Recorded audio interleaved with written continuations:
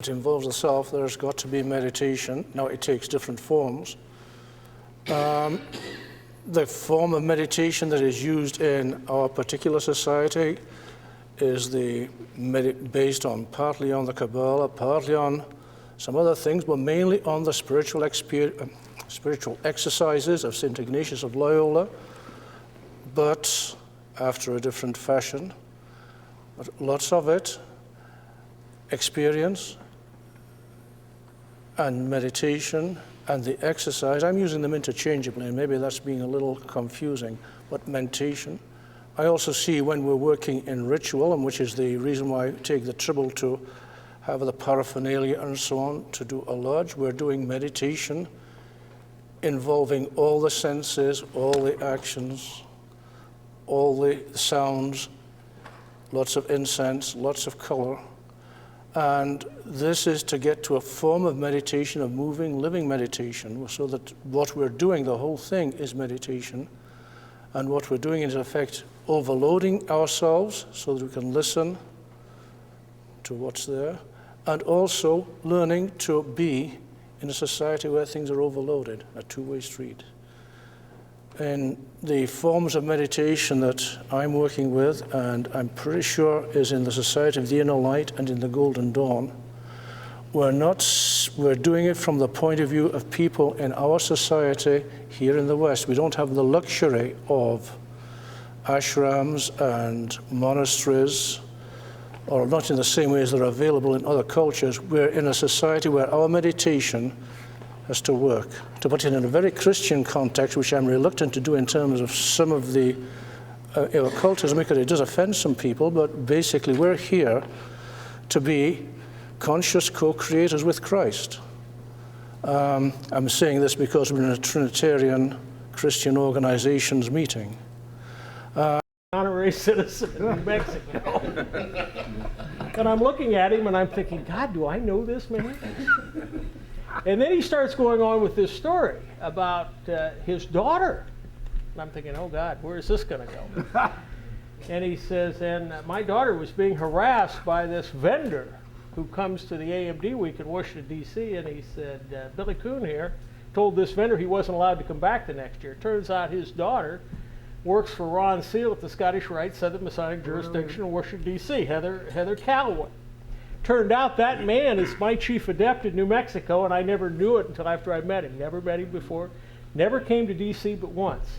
But he was standing next to you watching the bottle of scotch and that sort of thing. We invite you to come to Washington, D.C. Have a good time. Thank you for the toast. I have to say one more thing, if you don't mind. You can dig out. That's okay. My wife always taught me, never take a beep. You know, when you have a beep on the phone, somebody else is ringing in. She says, it's rude. Do you have call waiting? Well, I took that out years ago. So, I'm talking to Darrell over there. We were yakking away, and I said, oh, sorry, Darrell, I got a beep. Maybe I should take it. He said, okay, I get you. So, this is Bill Curran, and I go, oh, really? Hi! Because I thought we had to go through your secretary. So that was quite a moment for me, actually. I answer my own phone all the time. Wonderful. You know, my dog is not impressed with the titles. So I thought it was really funny. My dog's name is Doers, by the way. I didn't tell you that. No, you didn't tell me that. Fratres, ladies and gentlemen, thank you most worthy sir for that wonderful response. I did meet Jimmy Wilson very briefly. I went to Washington a good few years ago when he was still in office, and I always got a bit of a kick out of him because he was the guy who's got P.O. Box 666, and I always thought that, yeah, here's a guy who's got Floyd a sense of humor. Texas. I remember that. I remember that. There were two things that I omitted to do upstairs with you know, all of the events and so on. There were two announcements I wanted to make regarding conferring of grades, and one of them was that we were intending to confer the 9th grade on Herb Fisher. I think we discussed that. Oh, yeah. Herb couldn't come up to join with us. I don't think he said he was running for Miss Virginia, but I think it was his granddaughter was running for Miss Virginia. But he had to support her, and he couldn't come up this weekend. I don't think he'd be eligible. No, I don't think he'd quite be eligible for that. No, but she's awful cute. Oh, The other thing, and I say this as a lead into the person who's going to propose the next toast, there was another honorary grade that we wish to confer on a certain Richard M. Dumbrell. Richard M. Dumbrell is part of our history and our tradition and our past because his great-grandfather, John Dumbrell, was a member of the original society. He lived in Maitland, and Richard Dumbrell still lives in Maitland, and he is a senior mason down in that area, and he would have been with us this afternoon. It's our loss that he's not here, but he's actually being made the Grand Prior for Canada of the Order of St. Lazarus in Niagara Falls, which is a very prestigious order, and it's a very prestigious conferral of a title upon him. But he is another link with our tradition and our past because, as I say, his great-grandfather was a member of the society back at the time of MacLeod Moore and Longley and all of those early members of the Rosicrucian Society. And he would like to come and share communication with us at the next available opportunity.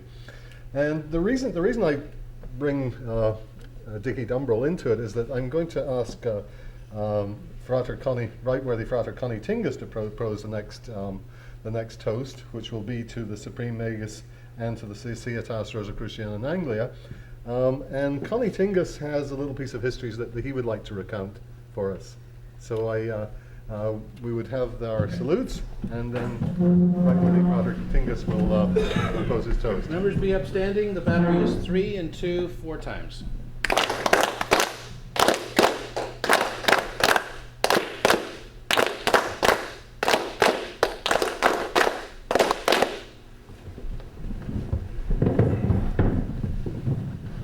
Brothers and visitors, what I'm going to try to say before I say, toast, to the barrier from England, I'm going to go back to the history from England, how we started in Canada, in few words. I'm not going to say too much, just few words, The 19th century was the century where a lot of things happened, in Europe, in the United States, in Canada. And at that time, it was the revolution, the Grand Lodge of Greece starts 1811. A lot of the old families who abandoned Greece, from years and centuries before, and they've been spread in England, France, Holland. My family been, my father's family in Holland, for centuries. Another family who been, after that, been associated with my family by marriage and things like it was in England, some other one was in France. And they start coming back, to help for the revolution and the freedom, of the country who gave the civilization in the Western world, as they say, the Hellenic civilization and the Roman civilization. It was the candle, of the Western civilization. And that's including England, Masonic knowledge, whatever, happened through the Middle Ages. But 19th century, especially in England, that time was one of the families from Greece, and one young man who, for one reason or the other at the time, the King of England, he gave him the title of Prince for things he done in the war, because our families, we used to have a lot of people as a soldiers, mercenary soldiers. Today they call the mafia, at that time it was mercenaries. What's the difference? It's the same thing. And he was a member with the masonry in England. He was a member of the Rosicrucian order. And he decided to go back to Greece, after he was in a mature age, to see how much he can help the country.